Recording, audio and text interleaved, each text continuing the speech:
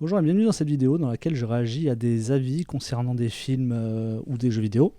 Donc aujourd'hui ce sera un film et ce sera Running Man de Edgar Wright qui est sorti en 2025, fin 2025.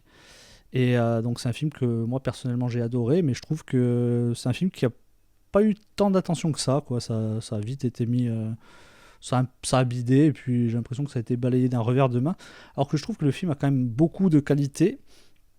Notamment vis-à-vis du cinéma actuel, action, divertissement, blockbuster.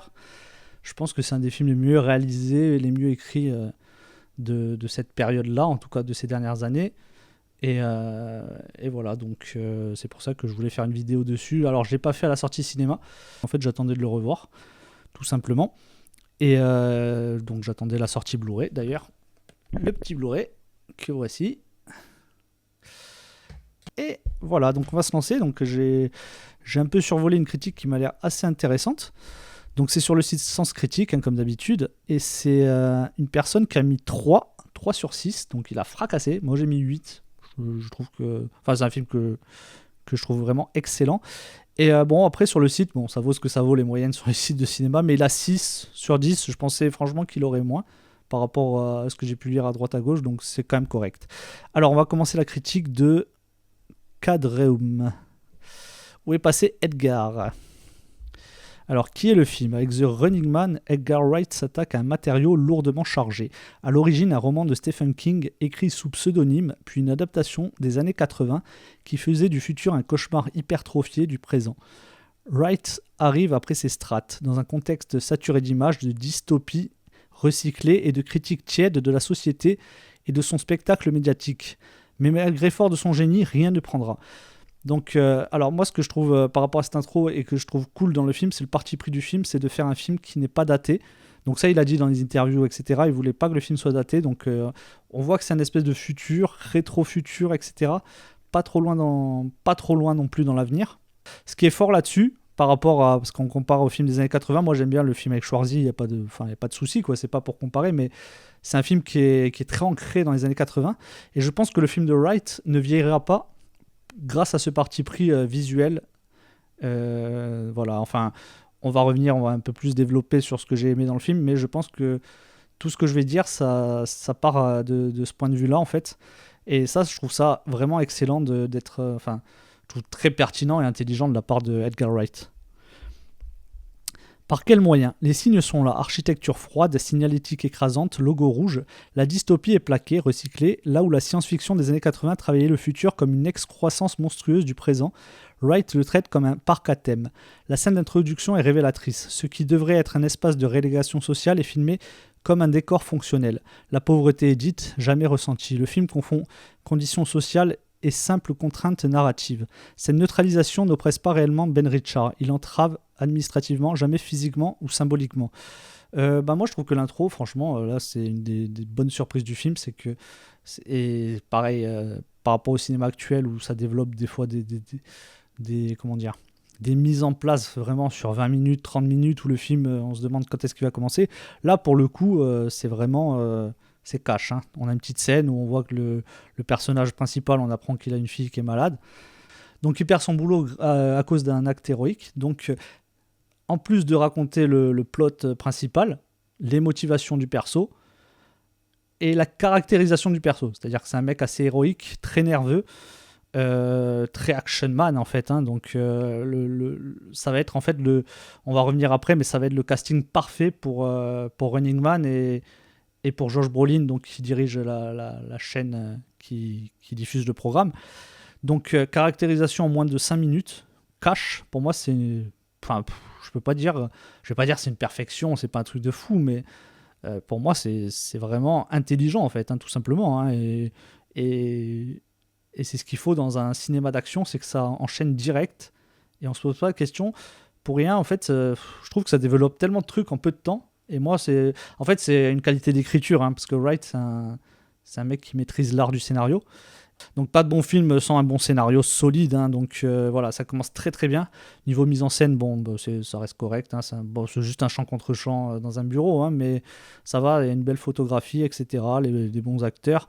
Rien de spécial, hein. La mise en scène n'a pas à être portée plus haute que ça dans une scène de dialogue, quoi. Donc franchement, j'ai rien à redire là-dessus. Richard lui-même est construit comme une surface affective. Le film pose des éléments d'un drame social classique, un enfant malade, des soins inaccessibles, une perte d'emploi liée à une faute morale.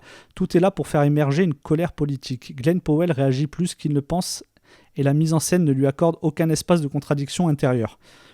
La scène de l'audition au network cristallise ce problème. Face à Killian, Richards est déjà un produit que l'autre reconnaît instinctivement. Le film aurait pu faire de cette scène un duel idéologique et reste une formalité dramatique.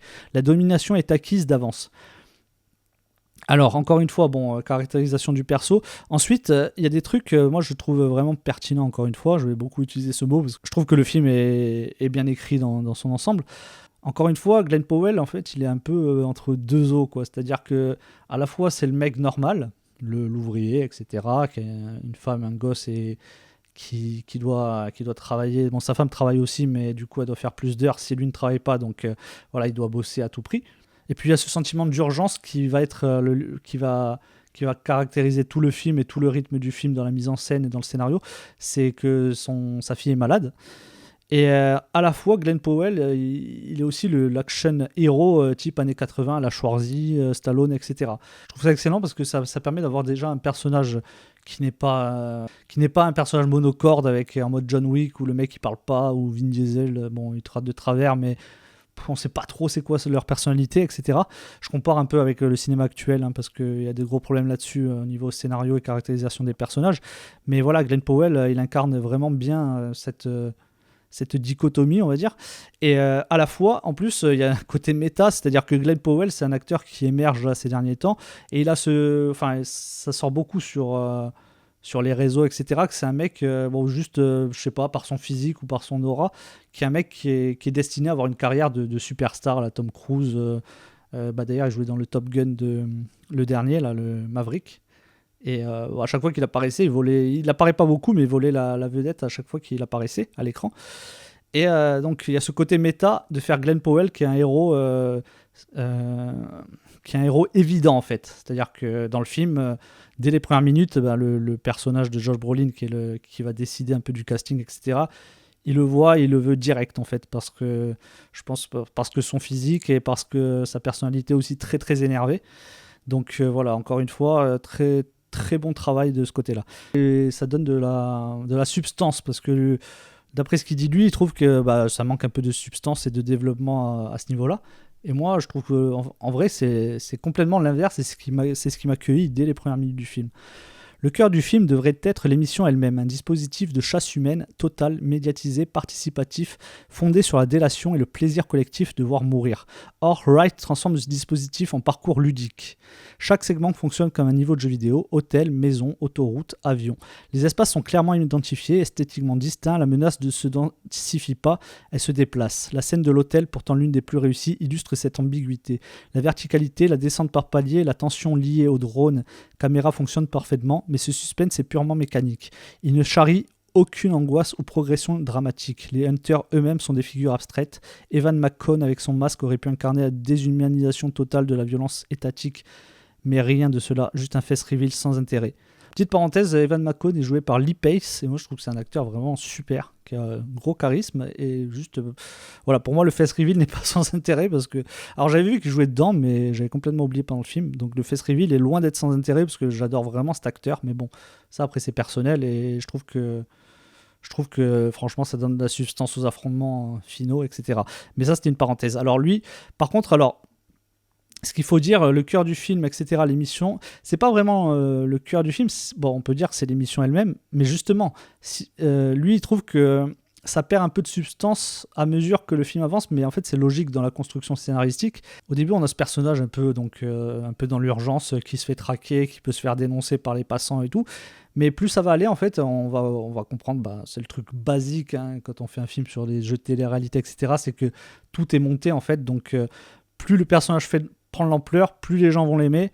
Donc Josh Brolin va être obligé de casser certains codes et faire en sorte que le personnage survivent plus longtemps, voire jusqu'au bout, et qui gagnent pour le bien de l'émission. Donc je trouve que c'est normal qu'il y a cette perte de, comment dire, un peu de tension, parce que on sent que le jeu, le truc est motivé, et c'est un truc méta que je trouve super dans le film aussi, c'est que le scénario du film, en fait, il est, il est, euh, il est modifié, et il est trahi, et il est contrôlé par le scénario qu'il y a à l'intérieur du film, c'est-à-dire le scénario que fait Josh Brolin de ce jeu télé. Donc pour moi, c'est vraiment d'une richesse vraiment assez folle, quoi, quand on y pense, parce que ça donne vraiment de l'ampleur au film et à cette structure, un travail de scénario, encore une fois, assez fort. Et mis à part ça, bon, je trouve qu'il y a quand même justement cette évolution en type jeu vidéo. C'est pas vraiment aléatoire, en fait, parce qu'on commence dans la ville, etc. Et en fait, on va comprendre que pour s'en sortir dans ce jeu, il faut passer, comme dans tous les films qui parlent de révolution, c'est-à-dire on va rentrer dans le système, mais il faut le détruire de l'intérieur, et pour ça, on va passer par des voies marginales, on va dire. Donc c'est pour ça que ça commence dans une grande ville, etc. Et puis on part vers la campagne. C'est des zones un peu moins contrôlées, etc. Où on peut faire passer des idées. Et d'ailleurs, et encore une fois, il y a beaucoup de parallèles, hein, méta, mais il y a beaucoup de parallèles avec le cinéma. C'est-à-dire que les fanzines, il y a un personnage qui fait des fanzines et qui va apprendre aux gens que le jeu est manipulé, etc. Bon, parce qu'on te montre quand même qu'il y a on te montre quand même qu'il y a des personnages secondaires qui croient vraiment que ce mec-là est un connard, que tout ce qu'ils disent à la télé, la manipulation des médias, etc., ça marche. Donc on te montre ça, et on te montre via des fanzines. L'idée du fanzine, par exemple, c'est très cinématographique, parce que surtout dans le cinéma d'horreur que chérit Edgar Wright, c'est-à-dire que avant, on avait les fanzines, voilà, les magazines qui ne pouvaient pas se vendre dans les journaux, et qui parlaient de films gore, de films d'horreur, etc. Pareil, les VHS qu'on se passait sous le manteau, comme on dit. C'est assez connu, cette idée de se passer des films d'horreur, genre Evil Dead et Massacre à la tronçonneuse à l'époque, dans les années 80, sous le manteau, parce que par des voies plus populaires, ça ne pouvait pas passer. Donc il y a tout ce parallèle dans le film qui est super. Donc ça, c'est caractérisé par le personnage de Michael Cera qui est dedans. Et voilà, c'est pour dire qu'il n'y a rien vraiment de gratuit, quoi. C'est pas juste un jeu vidéo. Je trouve pas que ce truc jeu vidéo, c'est un peu réducteur, je dirais, hein, même si j'adore le jeu vidéo. Hein. Je trouve que c'est réducteur de dire juste, ouais, bon, c'est un jeu où tu passes d'un niveau à un autre et t'attends qu'il y ait l'action. Non, il y a quand même une vraie construction scénaristique et un vrai développement. Et voilà, donc c'est pour ça qu'après, il peut trouver ça purement mécanique, certes, mais c'est voulu. Alors, ça peut être un défaut, parce que du coup, ça te fait sortir du film, donc j'ai l'impression que c'est ça, en fait. Il trouve que ça manque de saveur, peut-être, et de chair, pour pouvoir avoir peur pour le perso, etc. Moi, je trouve que ça va, parce que, bon, ça, niveau action, ça envoie du lourd. Alors, ce que j'ai pas dit aussi, c'est ce que j'adore avec Edgar Wright, et il fait ça quasiment avec tous ses films, hein, souvent, c'est que niveau mise en scène, en fait, comment dire, la mise en scène, elle colle à l'énergie du personnage principal. Dans Scott Pilgrim, par exemple, c'est exactement ça. Hein. C'est un perso un peu geek, bande dessinée, tout ça. Donc la mise en scène colle totalement à ce perso. Tout ce qu'il y a dans le film, les plans, les mouvements de caméra, etc., les ellipses, tout le montage, tous les cuts, etc., ça colle à la personnalité du protagoniste. Pareil avec Baby Driver, hein, tout est musical, parce que le perso écoute de la musique en permanence, donc toute la réal, le montage est très musical, donc pas seulement le fait qu'il y ait des cuts collés au rythme des chansons, etc., mais même il y a des petits trucs à chaque fois, et qu'il y a dans Running Man, c'est des petits... à chaque fois qu'il va se passer un truc, une réplique, etc., c'est vraiment calqué comme un coup de batterie ou un truc comme ça. Genre, il va se faire attaquer par des mecs dans l'immeuble. Au moment où il sort d'une fenêtre, il y a toujours 2-3 tirs avant pour dire... voilà, c'est très musical, en fait. Ça fait presque comme des instruments.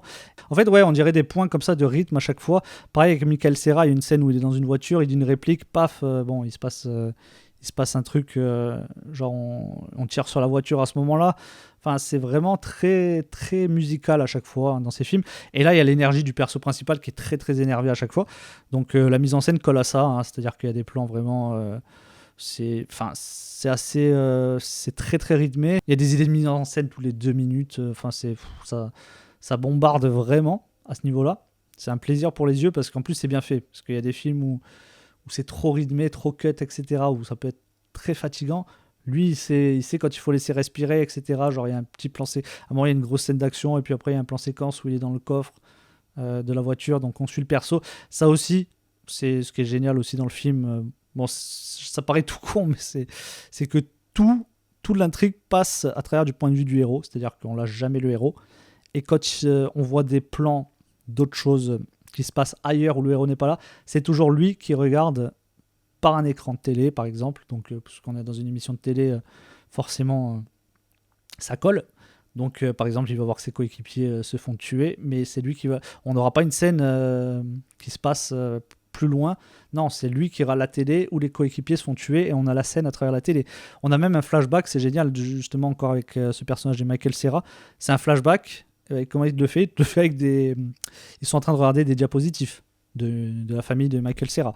Donc, ce truc-là, ça permet vraiment d'avoir un rythme dans le film qui permet de jamais décrocher, en fait. Et de jamais lâcher le protagoniste principal. Donc je trouve que de ce côté-là, ça envoie vraiment en termes de divertissement pur et d'accroche du spectateur. Je trouve que de ce côté-là, c'est vraiment parfait. Cette atténuation se retrouve dans la représentation du peuple. Le public de l'émission hurle et applaudit, mais n'existe jamais comme force active. La promesse du dispositif repose sur la participation populaire, sur la délation comme moteur de survie. Or, Richards rencontre majoritairement de l'aide et de la solidarité. Le film préfère croire à un humanisme spontané plutôt qu'à une corruption systémique. Bah, je trouve qu'elle est deux quand même. Encore une fois, tout le scénario du film, comme j'ai dit tout à l'heure, il est corrompu, quoi. Donc, vu que c'est Josh Brolin qui décide s'il faut le tuer à tel moment, s'il faut pas le tuer, s'il faut le laisser survivre. Limite, en fait, Josh Brolin, il se fait tuer par le monstre qu'il a créé lui-même, en fait, à la fin. Donc je trouve que la corruption est liée. Et l'humanisme spontané, alors je vais continuer un peu ce qu'il dit parce que je veux revenir là-dessus aussi. Le pouvoir médiatique est traité sur le même mode. Killian est une figure cynique et fonctionnelle. Bobby apporte une énergie plus ludique, mais sa cruauté reste décorative. La télévision demeure un outil narratif, jamais une structure oppressive autonome. Les émissions parodiques, les publicités, les segments satiriques restent superficiels. Wright ne regarde pas la télévision comme une arme contemporaine. Bah moi, je vois le contraire, parce que dans les émissions parodiques, etc., les publicités, et c'est ce que je disais tout à l'heure, c'est qu'on te montre bien que les gens croient. Il y a des vidéos générées par IA où le personnage de Glenn Powell dit des textes en mode politiquement incorrect, et les gens y croient en fait, alors que c'est totalement modifié. Bon, c'est léger, hein, c'est pas fou, mais le film doit rester... dans la fuite, dans le côté Running Man. Hein. On n'est pas là pour voir des gens chez eux en train de regarder la télé et dire... alors, il y en a, hein, il y a 2-3 scènes comme ça, mais ça suffit quoi, à caractériser cette idée, en fait. Donc, il faut vraiment qu'on reste dans ce que je disais tout à l'heure, c'est l'énergie du film, l'énergie du héros, ce que fait le héros, etc. Il ne faut pas entrecouper comme ça de scènes avec le public. Je trouve que de ce côté-là, il y a assez pour qu'on comprenne où ils veulent en venir, en fait. Quelle lecture en tirer? The Running Man est un film qui mime la radicalité sans en accepter les conséquences. Il évoque la lutte sans penser à la révolution. Il met en scène un monde brutal sans jamais salir son image. Il manque le génie formel de Wright, sa grammaire. Il préfère la fluidité du divertissement à la rugosité de la pensée. Au fond, le film ressemble à son héros, rapide, efficace, sympathique, mais incapable de sortir réellement du cadre qu'on lui a assigné. Après, je trouve pas que, je comprends qu'on puisse rester hermétique à ce film. Hein. Je trouve pas que c'est, voilà, un film d'action, c'est pas Fury Road, quoi. Mais après, il a tellement placé la barre haute avec Fury Road que c'est compliqué d'arriver à ce niveau-là. Mais ce que je veux dire par là, c'est que le truc que je peux comprendre qui est gênant, c'est que, mais moi j'aime bien ça aussi, c'est très années 80 là-dedans, parce que lui il parle de radicalité sans en accepter les compétences. Donc oui, on est vraiment dans un film très années 80. 90, moi j'adore cette période-là, donc il n'y a pas de souci, mais oui, c'est très manichéen, il y a le méchant qui est méchant, le gentil qui est gentil, et alors, voilà, moi ce que enfin, c'est pas un reproche, mais je pourrais comprendre qu'on reproche à Wright de faire un film révolutionnaire. Il y est, et moi je trouve qu'il y a la révolution à travers le final, tout ça, et puis encore une fois, les gens qui se passent les infos sous le manteau et tout, il y est. Mais c'est gentil en fait, c'est gentil, quoi, c'est pas Verhoeven. Edgar Wright ne fait pas du Verhoeven. Voilà, je peux comprendre que dans ce film-là, on se sent un peu... le film n'est pas cinglant, il n'est pas cynique, il est gentil en fait. Mais Edgar Wright est comme ça. Il n'a pas envie de faire un truc... je pense qu'il n'a pas envie de faire un truc forcément politique, vraiment avant le divertissement. C'est avant tout le divertissement. Il faut qu'on s'attache, il faut qu'on ait des émotions par rapport au perso principal, la femme et la fille, etc. Donc voilà, ce qu'il dit à la fin, le film ressemble à son héros, rapide, efficace, sympathique, c'est ça. C'est ça, mais je trouve qu'il y a beaucoup plus de substance que ce qu'il a trouvé lui en fait. Bah, je trouve que c'est un film assez virtuose dans sa réalisation, mais ça prend jamais le pas sur le récit. On n'est pas là à dire ah putain le plan séquence de fou là. Non, on est toujours, enfin en tout cas, que ça marche ou pas, la volonté de Wright c'est toujours le récit en premier lieu et la mise en scène au service du scénario. Donc de ce côté-là, franchement, ça envoie il y a des plans vraiment assez fous. Hein. Je pense qu'il y a de quoi faire un bon making-of pour étudier vraiment certaines scènes, certains mouvements de caméra. À mon avis, ça, pour les gens qui veulent se lancer dans le film d'action, c'est des trucs à étudier. C'est vraiment les montages et la réalisation de Edgar Wright. Hein. De ce côté-là, je trouve que c'est vraiment nickel. Donc on va passer à une critique positive pour voir si on peut rajouter des trucs à ce que j'ai dit moi dans ce que j'ai aimé. Je trouvais une critique à 7 sur 10 par Olive Run. Ayant adoré le livre, j'avais été réellement frustré par le film de 87 que j'étais allé voir en salle. Je me souviens encore de la déception à la sortie et pourtant il promettait du lourd avec un Schwarzenegger au top de sa forme. D'ailleurs, une blague culte dans le film là, de Edgar Wright, c'est quand il montre... Il y a les billets, à un moment on voit les billets de banque donc de l'univers où le film se passe et il y a Schwarzenegger sur le billet. Donc ça c'est génial parce que c'est jamais des blagues gratuites, quoi. C'est pas juste regardez, c'est drôle, il y a Schwarzy, non, c'est juste tout ce que représente Schwarzy dans la politique, plus le fait qu'il ait joué dans le film précédent. Là, le film était en fait une simple copie du Prix du danger et s'éloignait par trop du livre de Stephen King. Il avait un côté nanardesque avec une réalisation moyenne des personnages, notamment les chasseurs, à la limite du ridicule. Donc la version de 87, c'est un film très ancré dans les années 80. Hein.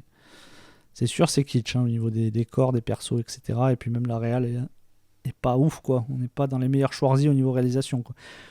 Cette version est nettement plus réussie. Première bonne nouvelle, le film suit assez fidèlement l'esprit du roman de Stephen King. Je n'ai pas lu le roman, hein. Edgar Wright a parfaitement su maîtriser le côté noir du film tout en gardant l'aspect outrancier de l'émission. Il est à noter que le film est bien meilleur que ne laisse voir la bande-annonce qui ne montre que peu le côté noir du film. Bon, les bandes-annonces, faut éviter, la plupart du temps en bien ou en mal.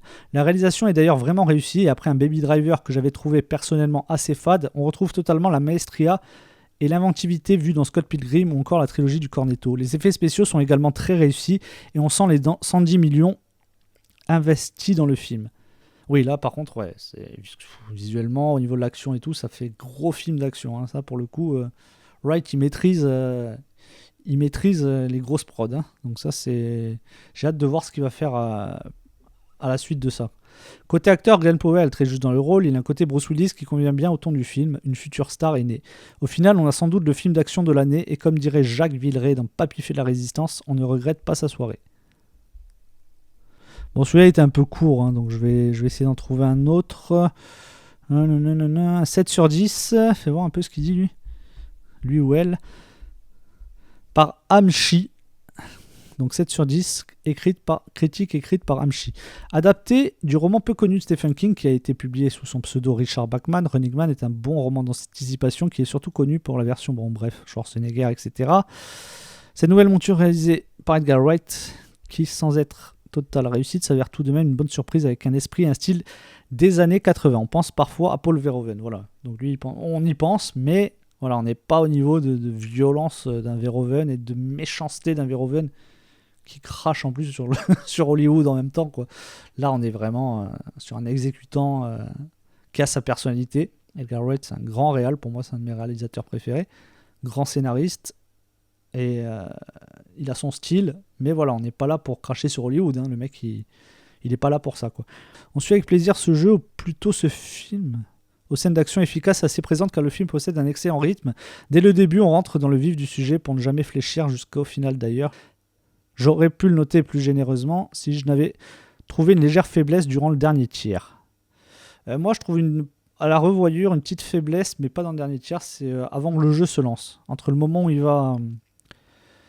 va donc se présenter, passer le casting, etc., et le moment, on va dire, la scène de l'immeuble, là, il y a un petit coup de mou. Quand je l'ai revu, j'ai ressenti.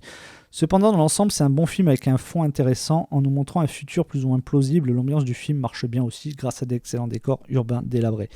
Ouais, donc après, moi, je vais revenir pour finir, parce que là, j'ai lu des avis assez courts, mais je pense que j'en ai assez dit, donc ça sert à rien de développer plus. Je trouve aussi qu'il a une bonne idée, Edgar Wright, c'est de pas mettre les réseaux sociaux. On est dans une période très réseaux sociaux.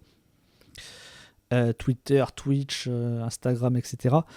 Il a pris le parti de faire ça, en fait, le film... le côté rétro-futuriste, c'est-à-dire tout ce qui apparaît dans le film, il n'y a rien qui vieillit vraiment, en fait. La télé, ça vieillit pas vraiment, ça a toujours son charme. À un moment, je parle souvent de cette scène où il va chez Michael Cera, mais il y a la machine à diapositive, il y a une machine de popcorn, je crois. Je sais plus si c'est une machine de popcorn ou de barbe à papa. Enfin, il insiste vachement dessus. Michael Cera, à un moment donné, il affronte des flics en les électrisant avec un fusil à eau, des types années 80-90. Il y a toujours un peu ce retour en arrière, mais le rétro-futuriste qui vieillit pas, en fait. Et lui, Edgar Wright, il a la bonne idée de ne pas mettre des réseaux sociaux, parce que ça aurait vieilli en 2 ans déjà. Et puis déjà, ça aurait été un bordel à l'écran, hein, les écrits, parce que les réseaux sociaux, c'est beaucoup de l'écrit, en fait de compte, Twitter, etc. C'est beaucoup de shorts, beaucoup d'informations sur les écrans. Lui, il a fait un film d'action qui ne vieillira quasiment jamais, en fait. S'il avait fait des apparitions avec des gens de Twitch, etc., ou des écrans avec des tweets qui apparaissent en mode texto, on envoie les textos et on voit les textos apparaître, les écritures apparaître sur l'écran, ça aurait été déjà indigent visuellement. Mais en plus, indigeste plutôt. Et en plus, ça aurait vieilli en 4 ans, ça aurait été une cata. Donc pour moi, c'est vraiment un parti pris. En fait, tout ce qui touche au film, après qu'on se fasse chier ou pas, je comprendrais que le film, il n'y a pas de grosse fulgurance non plus dans le film, en fait. Je trouve que c'est un film très très efficace sur la longueur, c'est pour ça que je l'adore. C'est que je décroche quasiment jamais. Mais il n'y a pas non plus d'énormes fulgurances, donc je comprends qu'on peut être déçu. Mais voilà, à côté de ça, je trouve qu'il a pris toutes les bonnes idées, les meilleures idées possibles pour son film. Et il a pensé son film de façon vraiment, je dirais, presque parfaite, quoi. Donc voilà, donc je vais m'arrêter là pour cette vidéo. On se retrouve pour une prochaine. Allez, salut, ciao.